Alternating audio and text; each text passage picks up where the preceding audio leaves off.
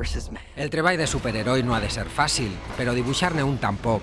Diego Latorre ho fa des de fa anys per a les grans editorials del còmic. Ya cogí, me preparé un portafolio y me fui a Nueva York. Me estuve allí una semanita visitando a todo, desde el Vogue hasta el New York Times, hasta el New Yorker, pasando por Marvel, DC, y así encontré curro. I des d'aleshores ja no l'han deixat anar. Per les seues mans han passat l'increïble Hulk, Superman o Supergirl, als quals aporta el seu estil personal. Goya a mí me influye, Velázquez o Rembrandt, o sea, todo eso yo eso lo traslado a algo que a lo mejor un artista norteamericano pues no. Batman és el seu heroi favorit i al qual ha dedicat més pàgines. Per il·lustrar les seues històries utilitza el gust dels seus coneguts.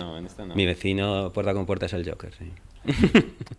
Sobre l'home ratpenat acaba de finalitzar una edició especial molt esperada pels fans, en la qual ha col·laborat amb algunes de les figures més importants dels Estats Units. Está guionizado por Azzarello, que es una de las mayores estrellas del cómic norteamericano. Es el que guioniza, por ejemplo, la tercera parte del Caballero Oscuro.